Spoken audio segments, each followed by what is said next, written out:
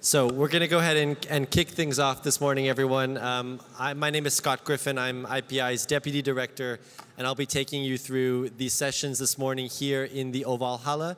As you know, we have sort of three parallel rooms going on. We have this room, we have the room where we had the plenary this morning, which is called Arena 21, and we have a third room, which is in the Leopold Museum.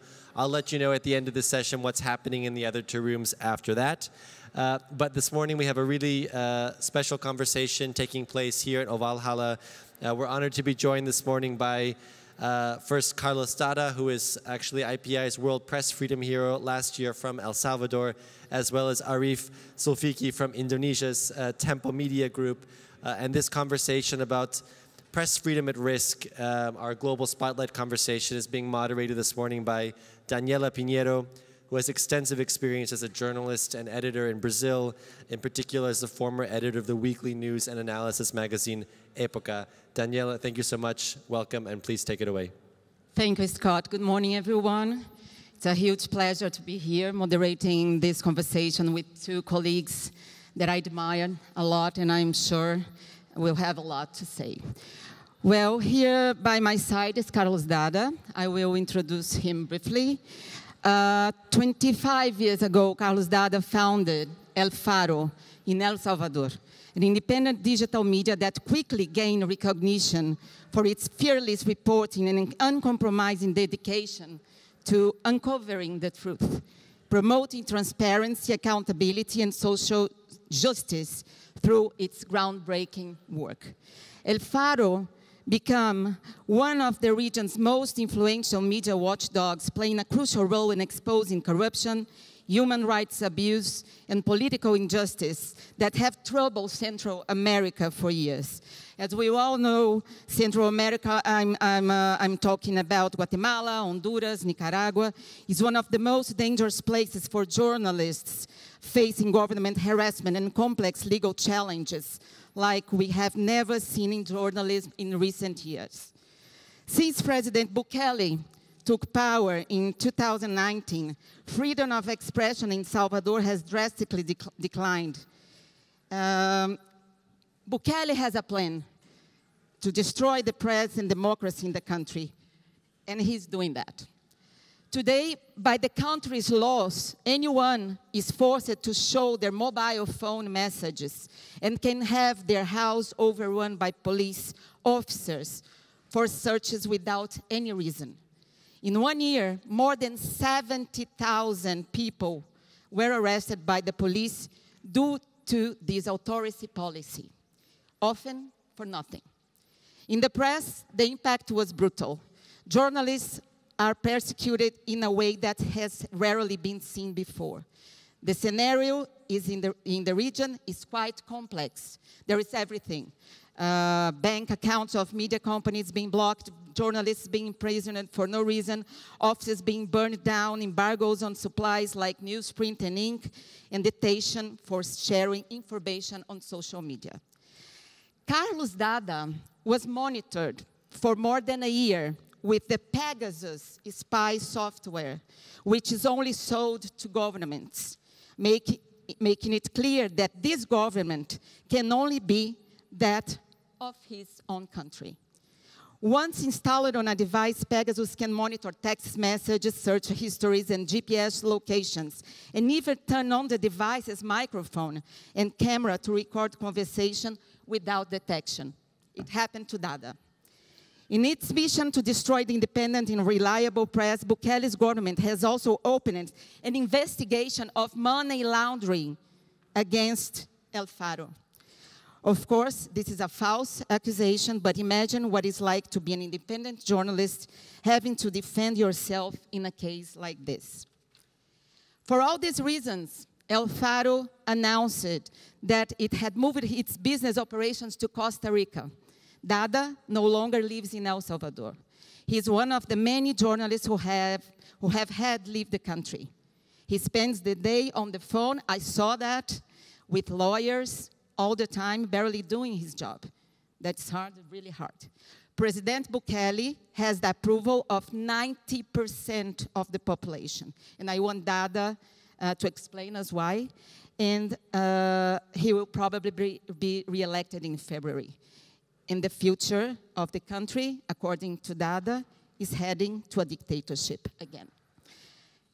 And here is Zarif Zulkifli, is CEO of Tempo Magazine Media Group in Indonesia, which publishes the magazine of the same name, and it's one of the country's most respected publications. The magazine was founded in 1971, and in 1994, Suharto regime banned the magazine for reporting corruption scandal at the heart of the government. So it was when the magazine became the first digital publication in the region, because it was the only way to keep their operation underground, and they could do their amazing work in in-depth investigation, uncovering truths and holding power to account.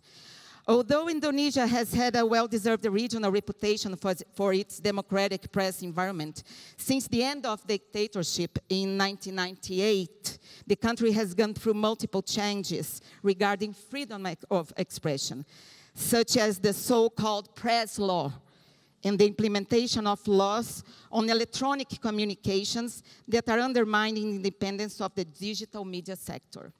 These laws, for instance, send to jail anyone who publishes or shares information that may tarnish the image of the president, which makes journalists and their work vulnerable.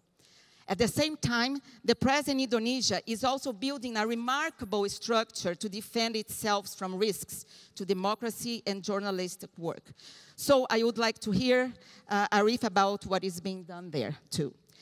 The title of this panel is Press Freedom at Risk. What is our path forward?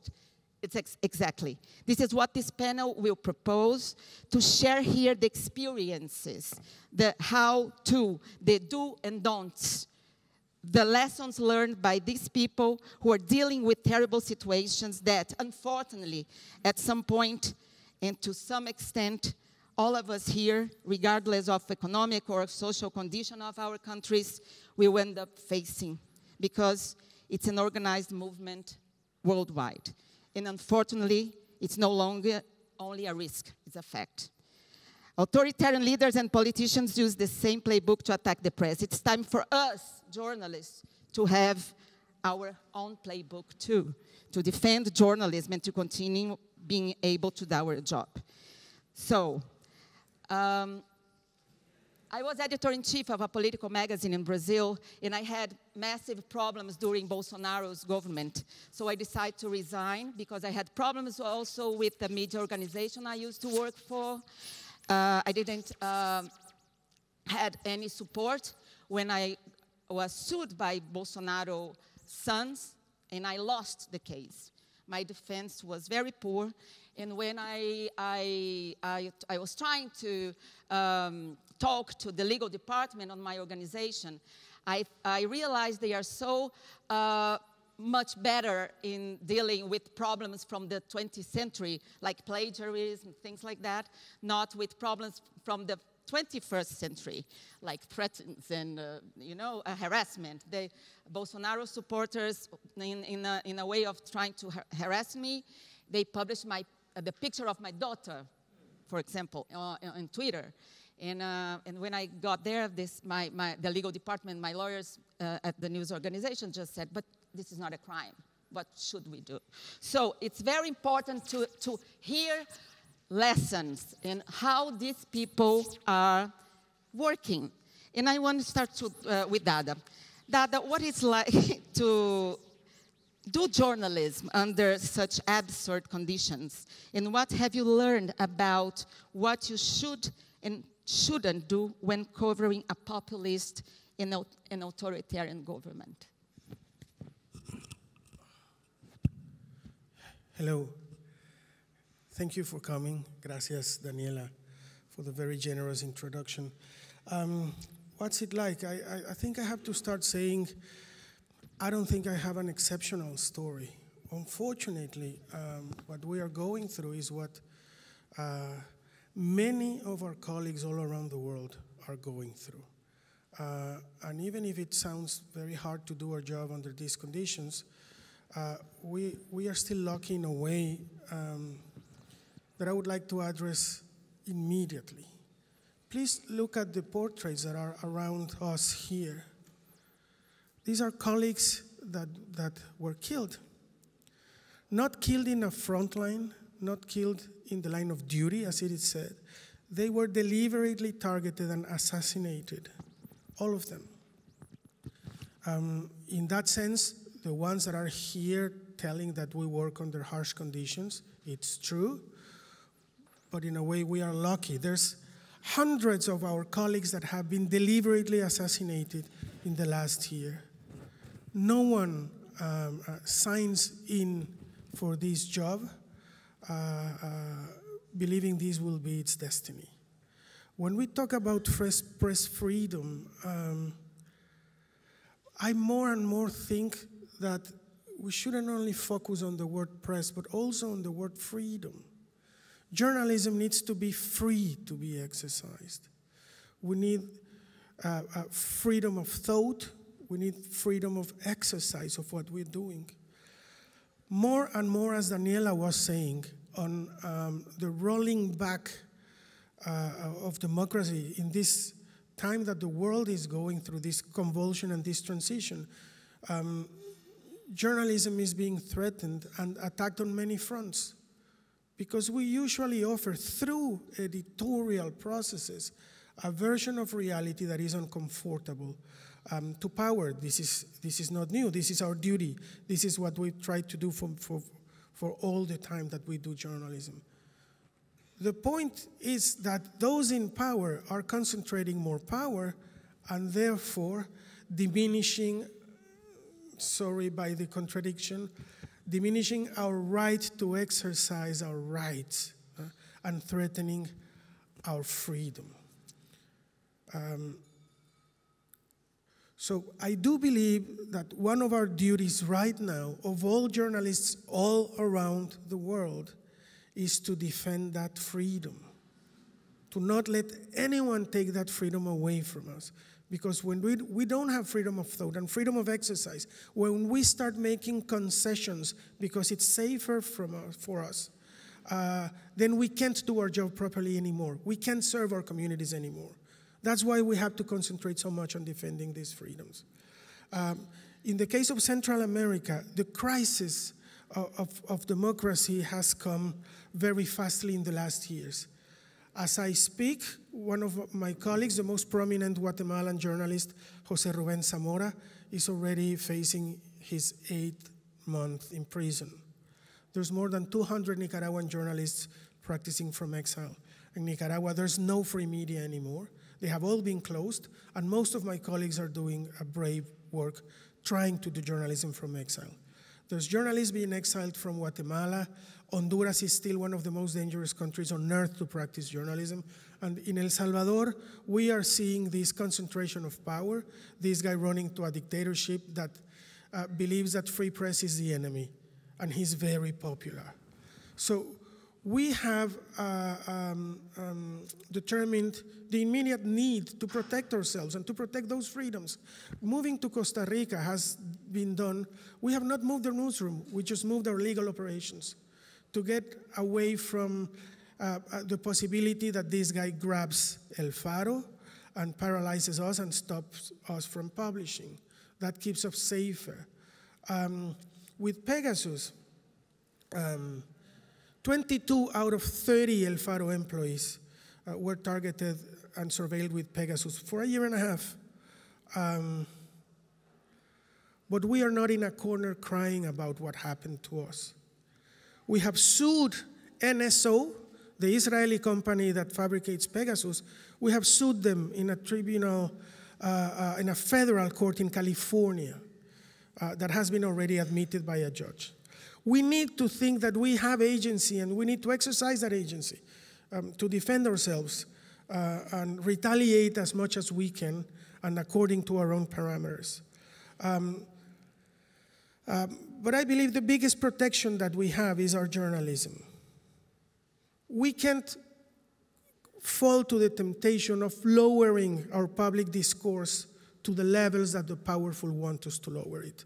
Because part of the harassment, and where they are being very successful, is spreading fake news, insulting us, telling lies about our families, about ourselves. we can't answer in the same level because they have nothing to lose. We lose everything. When we lower the public discourse, we lose everything. We also found out, and with this I'm going to finish, I'm sorry, it's taking so long. We also discovered that what was happening in Central America with journalists is that each small organization was trying to resist all these powerful forces in each country attacking us. So we needed to have a unified front. We launched in November last year the Central American Journalists Network, which is aimed to find a systematic way to evacuate journalists in case of emergency, to find a system of reception to those journalists so they can land in a safe place and they can keep practicing journalism and we don't lose a journalist. And to have legal defense.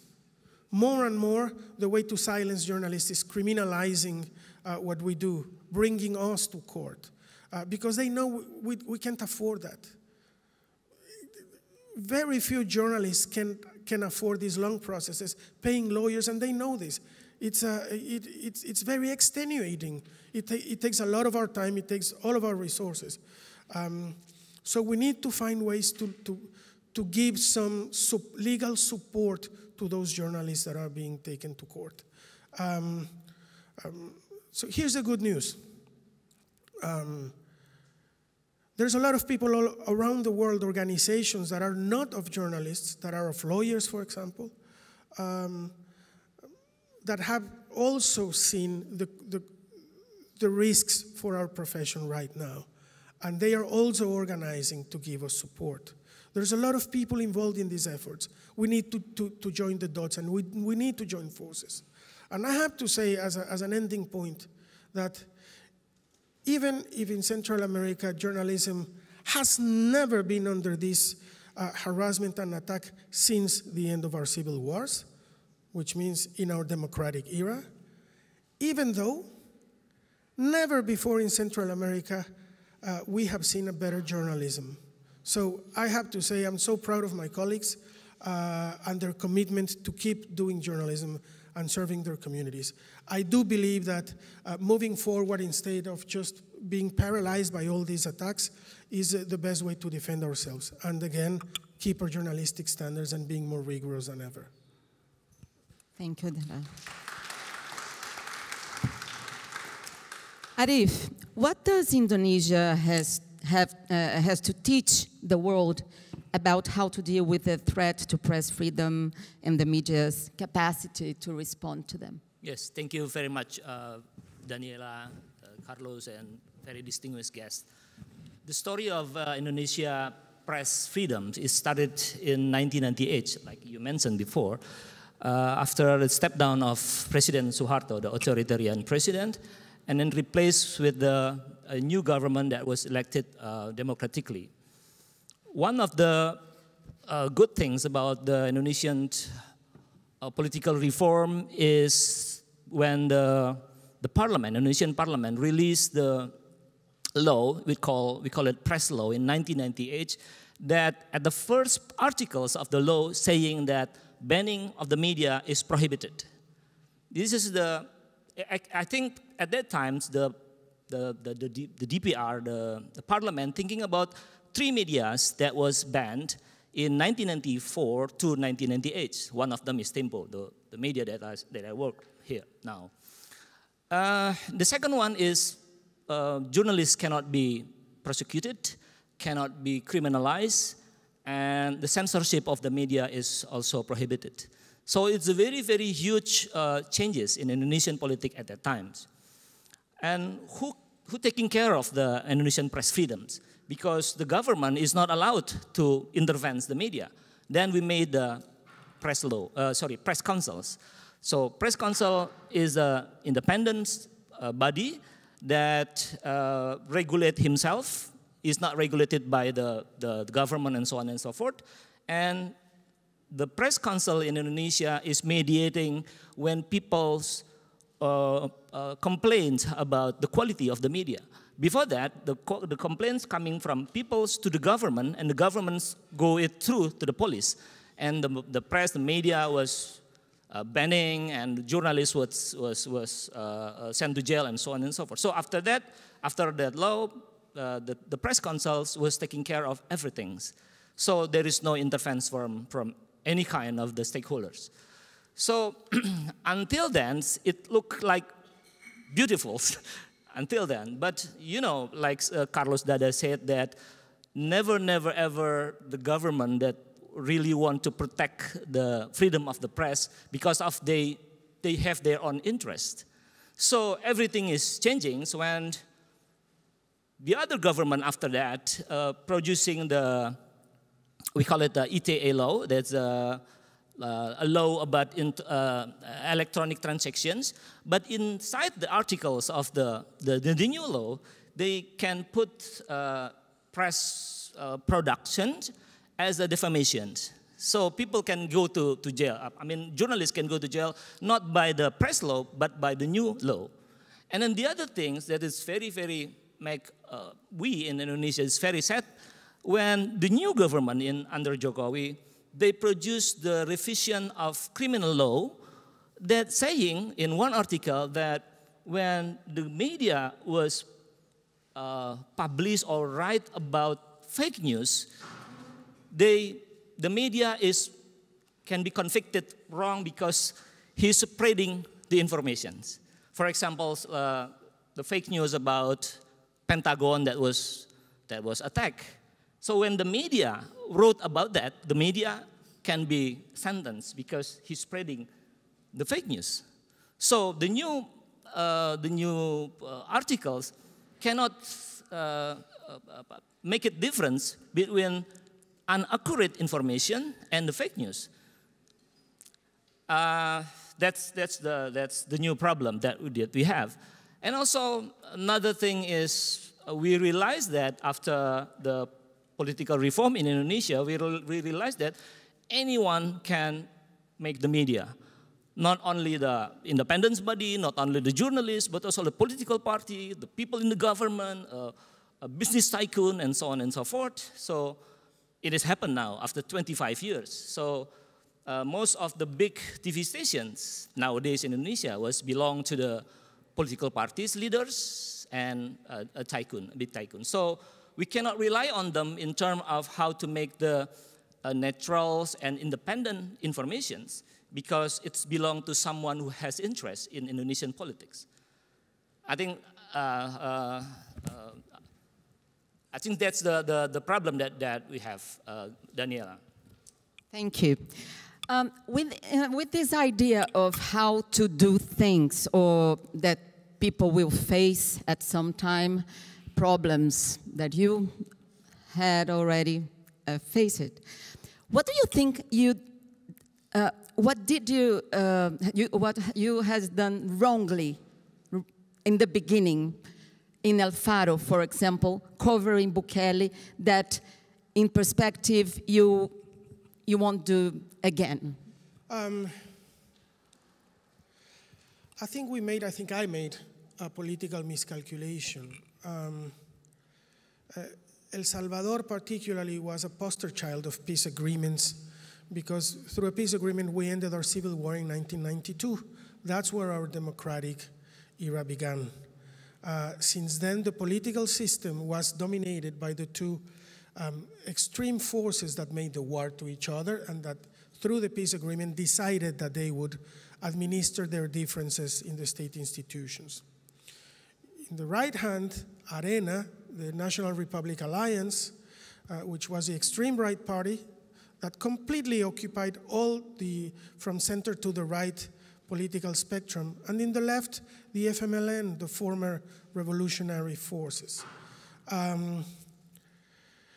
During all these years, we thought that we had the most stable political system in Central America. We saw things happening in Guatemala. As journalists, we went to Honduras to cover the crisis in Honduras, and we came back to El Salvador thinking, we have a solid system, this can't happen to us, because we have really consolidated our institutions. That was my miscalculation. I was completely wrong. When Bukele came to power, the institutions didn't resist 5 minutes. They all fell down.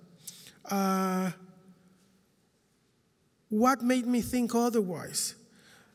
The big illusion was to think that we had a stable political system, when in reality we just had a balanced political system, where the right and the left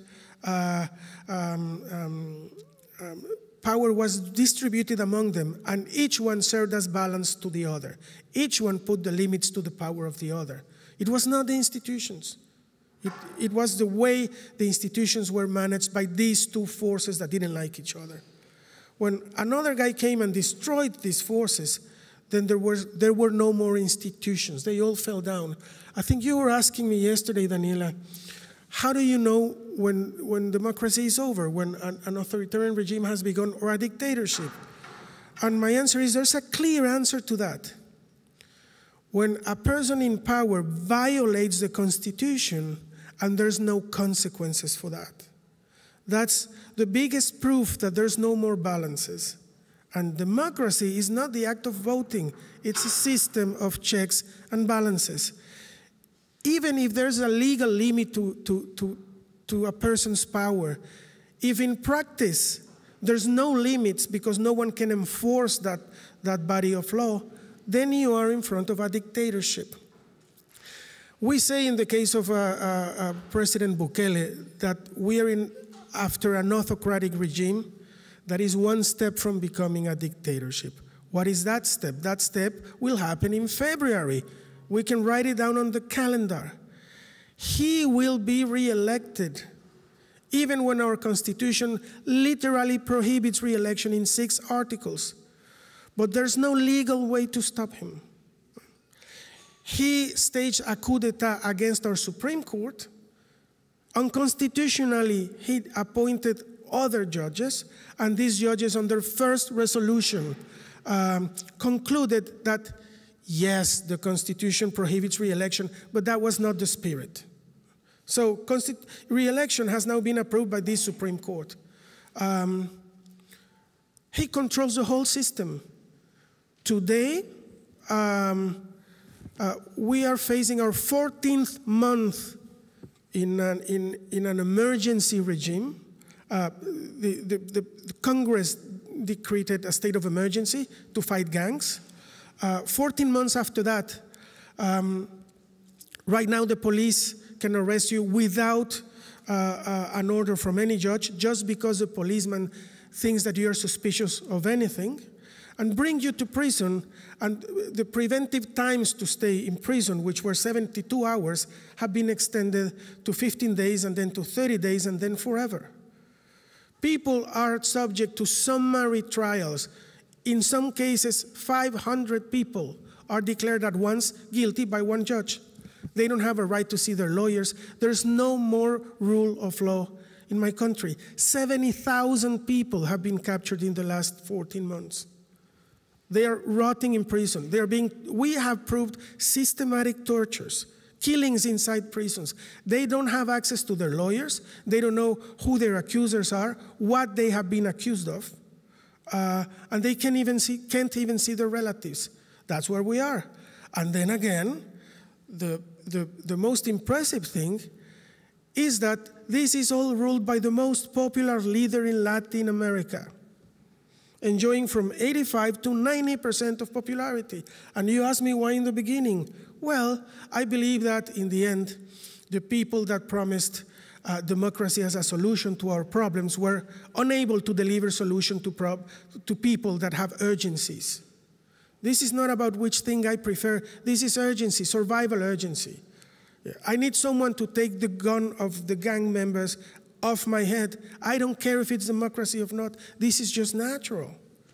And this guy, who is a master on propaganda, has built a make-believe that has people cheering for him.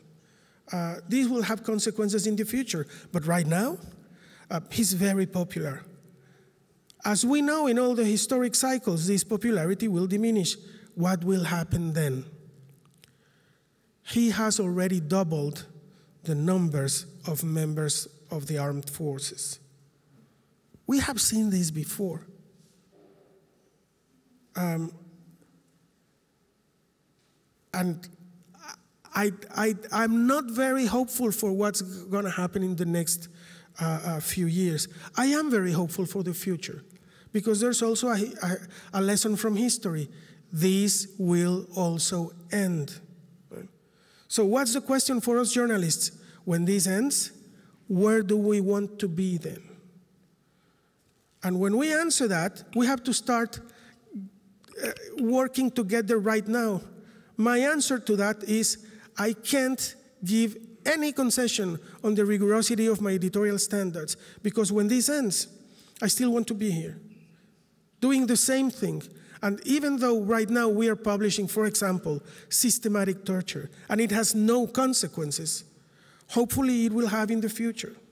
Hopefully. It took too long, I'm sorry. No worries. I will ask a question to Arif, and it would be nice having questions from the audience as well. We have some minutes left. Arif, can you explain how this connection of the owners of news organizations to the government are shaping the news in Indonesia? How do they influence the news routine, and how news are contaminated by this relationship? Oh, wow, that's very interesting question. Actually, the latest president that we have, Jokowi, is very, very popular government and very popular president. He's very close to the journalists and so on and so forth. And after that, we believe that he's a good guy in terms of individuals, as individuals. But when he stay at the powers, of course, he's not staying in the empty circumstances. He's influenced by the political party and so on and so forth. And so this is how we, I'd like to give you an example how we deal with this kind of relationship with the government. So once he was elected in 1998, Jokowi was elected. They are very close to the government, very close to the journalists, and we support them. And then after that, in the second term, he tried to keep the powers by dealing with the others political party. I should admit that some of the journalists is going through the flow with the governments. So he supported the government, whatever it is. He supported the weakening of Commission anti-eradication corruptions in Indonesia, and he supported the position or the position that when president is not supported, the press freedom and so on and so forth. So I think it's very, very tricky, the situation, how we deal with this kind of situations. The media like Tempo and several media try to keep its independencies. But in terms of the others media is not. We are very lucky because we have the press councils. So the press council in Indonesia is independent. It's supported. It cannot be intervened by the government. It consists of 11 organizations. Consists of 2, the organization of the journalists and the organization of the media, and we can produce any kind of regulation that regulate ourselves. How is it funded? It is funded, some of them is funded by the government, but it's not tight, and the other is it is funded by the media and also the organization of the media. Like membership? Yes, exactly. Of course, we are not having the very big amount of money, but we can manage ourselves. Right, thanks. Scott, do we have time for 2 questions from the audience? Yes, I think we have time to take 1 or 2 quick questions. Okay. So Carol, would you please mind? be short. Introduce themselves as well for the speakers. Please. Yeah. Hi, good morning. I'm Paula Miralha from Brazil. Carlos, we as journalists, we like to think that we write for our audiences, that we serve society. And last year, while you were accepting the prize, whereas you weren't able to go to New York, You mentioned that we need to think about that. I would like to ask you, how is to be a journalist writing for a country describing atrocities related to a government that has 85% of approval? How do we do this? Do I answer or do we? Answer okay. And then. Yes, I mean, we have never been the most popular media. I don't think we are in a contest of popularity. We are always almost in the minority. I regard journalism as a place to interrogate power. Right? Usually in a democracy, the people that get to power are the people that get the most votes. So if you're interrogating that people, you're less popular than that people. You're always in the minority. I have no problem with that. The problem is when this goes up to 85%, people that don't believe you. It doesn't matter how much we document each story, because we do. We publish everything. The president has been very successful to convince everybody that we are liars. We published that he had negotiated with the gangs, with the gang leaders. He was able to convince people that we made that up, even though we documented it. So it makes you wonder from time to time, very frequently, what's the point of doing this? What's the point, right? If 85% of the people think I'm a liar, think I am the enemy, so I'm not changing anything. They don't even believe me. It takes me a lot of efforts to publish this. They don't even care. Scandals of corruption, no one cares. I wouldn't say no one, but most of the people don't. So it makes you wonder what's the point of doing this. That's true. I do believe that maybe we would be worse without it, and that's an answer I give to myself. Maybe I'm being delusional. I always mention the answer that one of my colleagues at El Faro, Oscar Martinez, says, what do we do this? To make life a little bit harder for those bastards. And I think that's a pretty good answer. It's a very good reason. Another question? I think we can wrap it up. Yeah. Can you hear me? Hi, Carlos Branco from South Africa. I presume that one of the reasons why you publish is because one day when the history is written, people will know that you were right. Anyway, how do you manage to pay for your operation? Apparently, I mean, obviously, people wouldn't want to advertise with you because you're unpopular with the government. So, how do you pay for your operation? For you, Carlos, yeah. Well, of course, the first thing that went away was all the advertising. President Bukele threatened publicly one of our advertisers, and then in the next hour, it was mail after mail, please cancel our campaign, cancel our campaign. It makes no sense for any business to get in trouble with the government to have an advertising at El Faro. So that went off. So our income went very low, our expenses went very high, because 2 years ago, we had a legal advisor who didn't charge anything, who was very excited to go through all our stories before anyone else and to tell us if we were subject to any complaint. Now he heads a team of 10 lawyers. We have another set of lawyers in New York for the complaint against NSO. We have other lawyers in Costa Rica. We have to take journalists out of the country. So our income went this low, our expenses went this high. So now we are more and more depending on funds from agencies, institutions, Ford Foundation, Open Society Foundation, Seattle International, Rockefeller, et cetera, et cetera, et cetera. A lot of organizations, the Global Fund for Human Rights. And we have also the support of some lawyers. For example, we could never afford lawyers from New York in such a long process as suing NSO in California. These are lawyers acting pro bono from the Knight First Amendment Institute at Columbia.